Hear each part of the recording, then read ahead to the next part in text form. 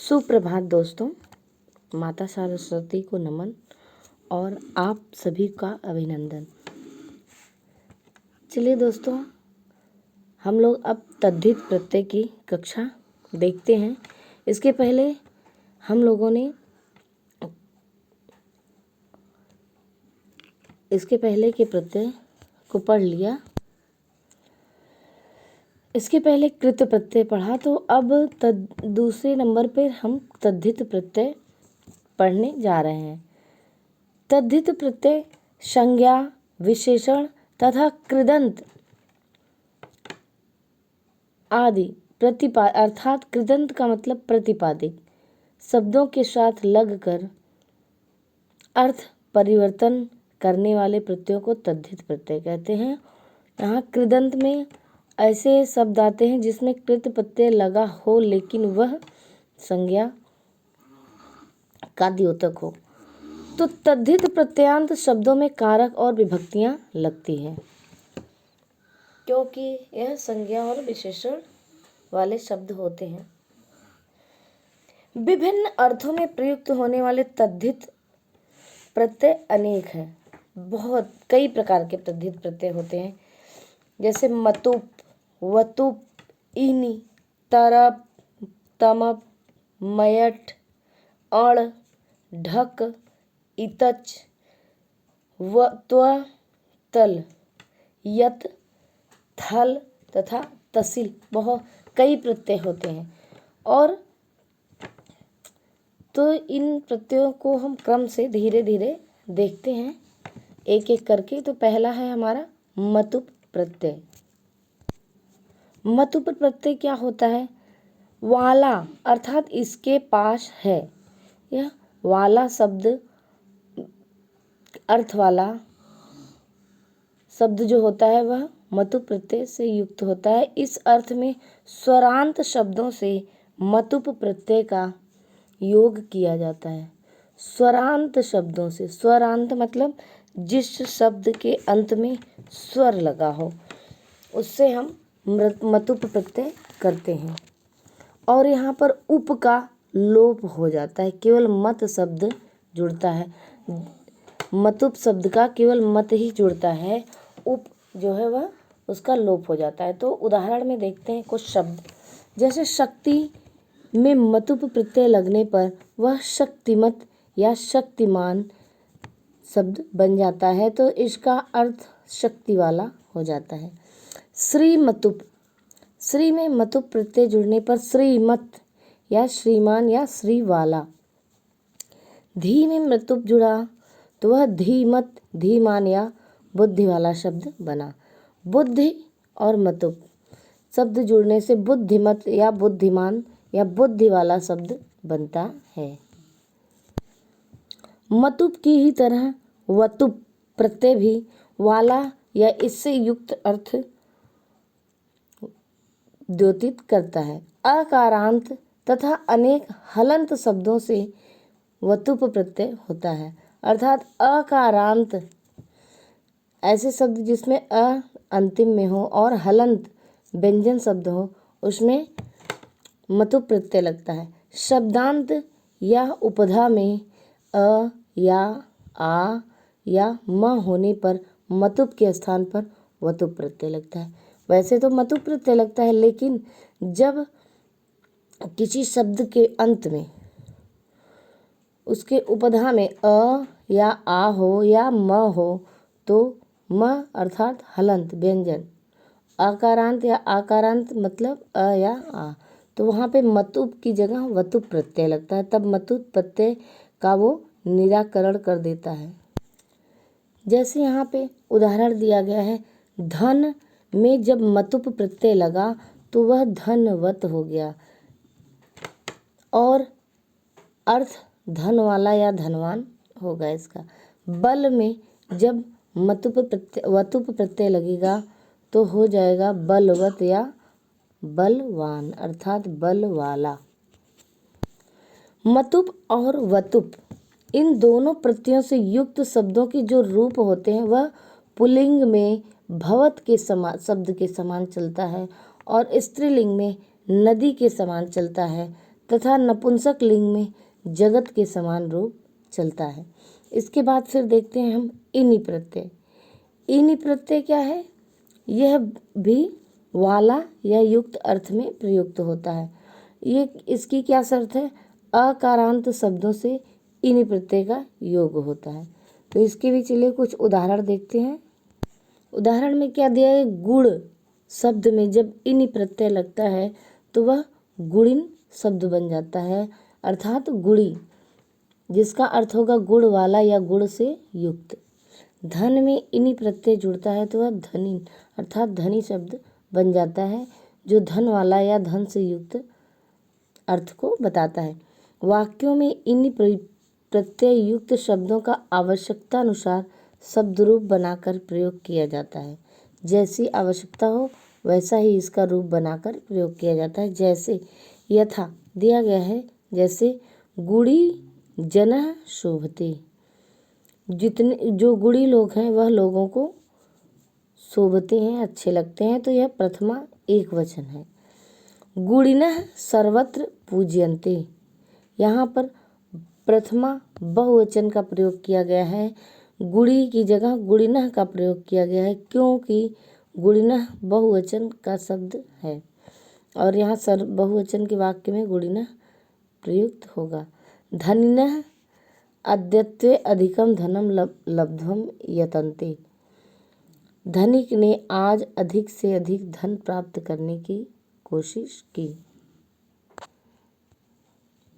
अब इसके बाद है तरप प्रत्यय। तरप प्रत्यय दो में से किसी एक को बेहतर बताने के लिए तरप प्रत्यय का प्रयोग किया जाता है। इसमें तर शब्द के अंत में जुड़ा होता है। तो चलिए इसके कुछ उदाहरण देखते हैं। जैसे प्रशस्य तरप, प्रशस्य में तरप प्रत्यय जुड़ने पर प्रशस्य तरह शब्द बन जाता है, अर्थात प्रशस्य से श्रेष्ठ। गुरु तरप, गुरु तरह शब्द बनता है। गुरु में जब तरप प्रत्यय लगता है गुरु तरह बन जाता है। यहाँ गुरु का अर्थ होगा बड़ा, दीर्घ।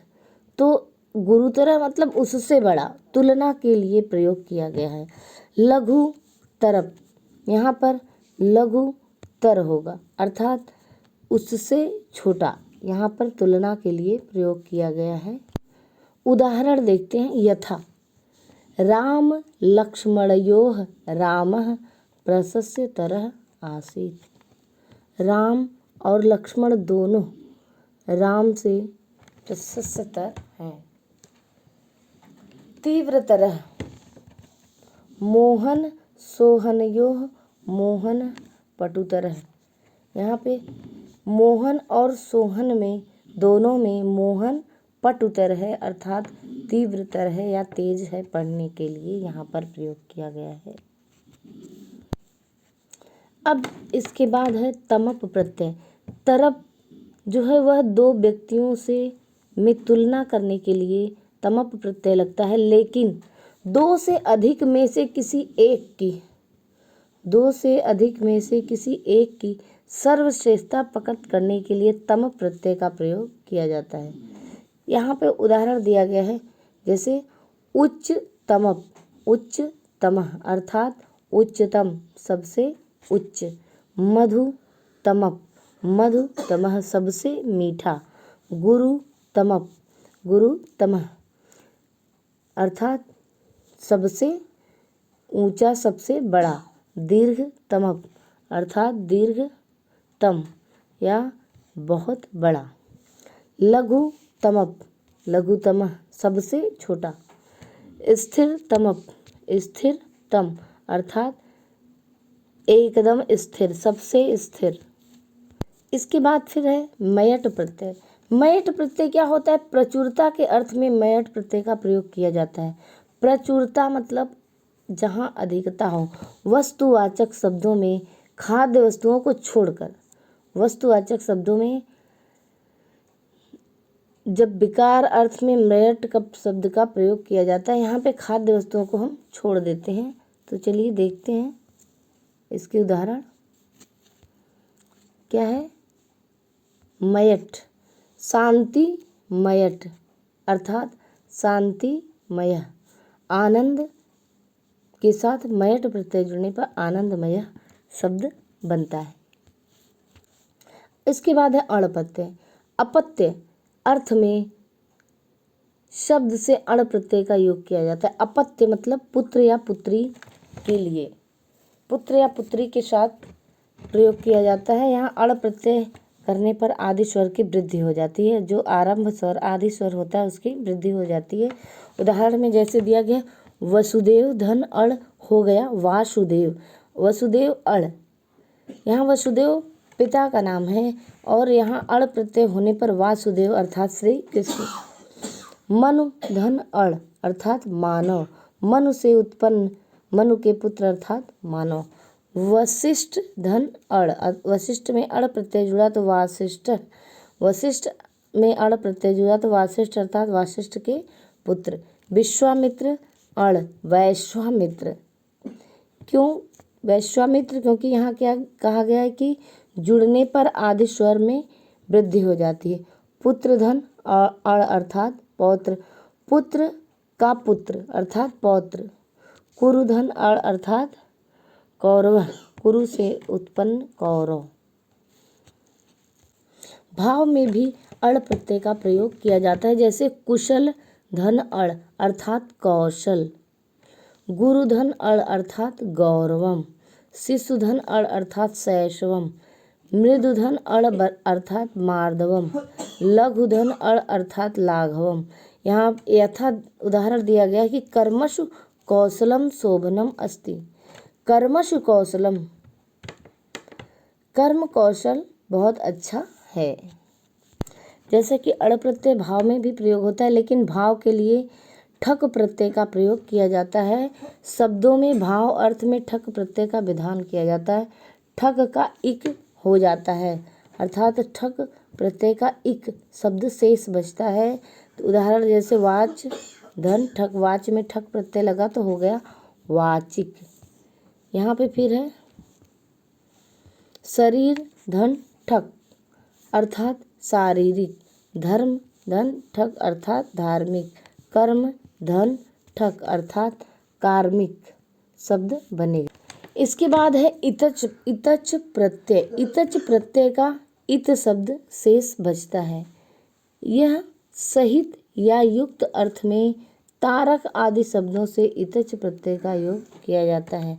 तो चलिए देखते हैं। तारक में जब इतच प्रत्यय लगा तो वह तारकित शब्द बना। बुभुक्षा में इतच प्रत्यय जुड़ा तो बुभुक्षित शब्द बना। पिपाशा में इतच प्रत्यय जुड़ा तो पीपासित शब्द बना। कंटक में इतच बना तो कांटिक कंटिक शब्द बना। कुसुम में इतच प्रत्यय लगा तो कुसुमित शब्द बना। गर्व में इतः प्रत्यय लगा तो गर्वित शब्द बना। यहाँ पर ये सभी शब्द जो हैं भाव को व्यक्त कर रहे हैं, इसलिए यहाँ पर इतच प्रत्यय का प्रयोग किया गया है। फिर इसके बाद है त्व तथा तल प्रत्यय। त्व और तल प्रत्यय भी भाववाचक संज्ञा बनाने के लिए शब्दों से त्व और तल प्रत्ययों का योग होता है। तो जैसे मूर्ख धन त्व, मूर्ख शब्द से बना मूर्खत्वम तल प्रत्यय जुड़कर। मूर्ख शब्द से तल प्रत्यय जुड़कर बना मूर्खता। विध्वंस, विध्वंस से त्व प्रत्यय जुड़कर बना विद्वत्वम। विध्वंस तल प्रत्यय जुड़कर बना विद्वत्ता। फिर इसके बाद है यत प्रत्यय। यत प्रत्यय शरीर के अवयववाची शब्दों से होने वाला अर्थ में होता है। जैसे कंठ धन यत अर्थात कंठे भवम अर्थात कंठ्यम। दंत में यत प्रत्यय जुड़ने पर दंते भवम अर्थात दंत्यम शब्द बना। ओष्ठ में यत प्रत्यय जुड़ने पर ओष्ठे भवनम अर्थात ओष्ट्रियम शब्द बना। आगे फिर है थाल प्रत्यय। थाल प्रत्यय किम आदि सर्वनामों से प्रकार अर्थ में थाल प्रत्यय का प्रयोग होता है। तो इसका था शब्द शेष बचता है। जैसे यद में थाल प्रत्यय जुड़ने पर यथा शब्द बनता है। तद में थाल प्रत्यय जुड़ने पर तथा शब्द बना। सर्व में थाल प्रत्यय जुड़ने पर सर्वथा शब्द बनता है। पंचमी विभक्ति के अर्थ में तशिल प्रत्यय का प्रयोग होता है, अर्थात तशिल प्रत्यय जहाँ लगता है वहाँ पंचमी विभक्ति का अर्थ द्योतित होता है। तशिल का केवल तश शब्द ही भाग शेष बचता है। तशिल प्रत्यय जोड़ने पर जो शब्द बनते हैं वे अव्यय हो जाते हैं। जब कोई वस्तु या व्यक्ति किसी स्थान से अलग होते हैं तो उस स्थान में पंचमी विभक्ति का प्रयोग किया जाता है। ये हमें पहले से पता है।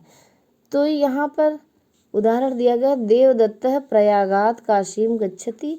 देवदत्त प्रयाग से काशी जाता है। इस वाक्य में देवदत्त प्रयाग से अलग हो रहा है, अतः यहाँ प्रयाग में पंचमी विभक्ति हुई।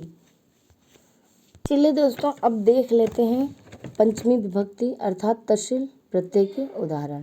जैसे ग्रामात् ग्रामतः, वृक्षात् वृक्षतः, वाराणस्या वाराणसीतः, नवदिल्ल्या नवदिल्लीतः, तस्मात् ततः, एतस्मात् इतः।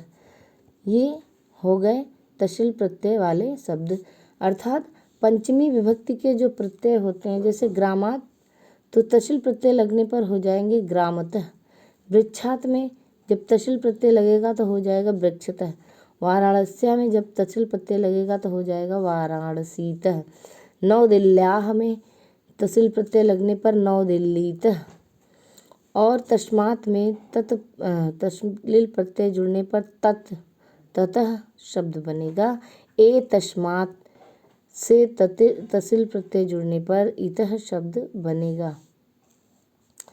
इसके उदाहरण देख लेते हैं। जैसे ग्रामतः वनम दूरे नास्ति, गांव से वन अधिक दूर नहीं है। वृक्षतः पत्राणि पतन्ति, वृक्ष से पत्ते गिरते हैं। वाराणसीतः प्रयागः पश्चिमे वर्तते। नवदिल्लीतः हरिद्वार नगरम उत्तरे वर्तते, अर्थात नई दिल्ली हरिद्वार नगर के उत्तर दिशा में है। प्रतः आगच्छति, ईतः गच्छति। हमारी ये तद्धित प्रत्यय की कक्षा समाप्त होती है। और यदि ये आपको कहीं भी उपयोगी लगा हो, आपके लिए हितकर हो, किसी परीक्षा में आपके लिए फ़ायदेमंद हो, तो आप कमेंट ज़रूर करिएगा और कमेंट करके हमें मेरे चैनल को सब्सक्राइब कर दीजिए, लाइक भी करिएगा। तब अगले क्लास के लिए हमें अब धन्यवाद।